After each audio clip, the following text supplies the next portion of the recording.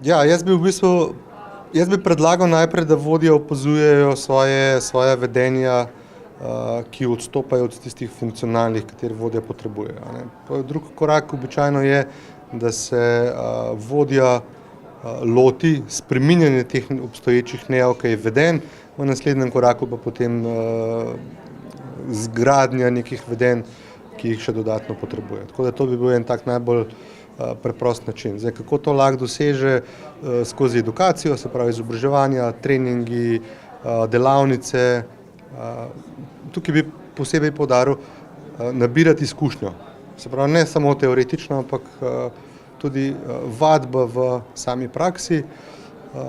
Drug tak pristop edukativni so pa coachingi, se pravi, tam se pa dela običajno na ena, kjer gre dejansko za spreminjanje nekih vedenj, ki ne funkcionirajo, ali pa gradnjo vedenj, ki jih še oseba, ta dotični vodja nima. Jaz se bom izognil besedi napake, pa bom rekel najbolj pogosti pojavi, ki jih pač prepoznamo v podjetju Transformacija.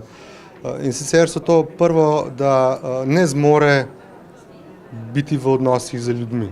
Se pravi, biti z ljudmi na način, da vpliva na njih, da pač določene aktivnosti izvajajo, ki so potrebne, da dosežejo rezultat. To je prvo, najbolj pogosto.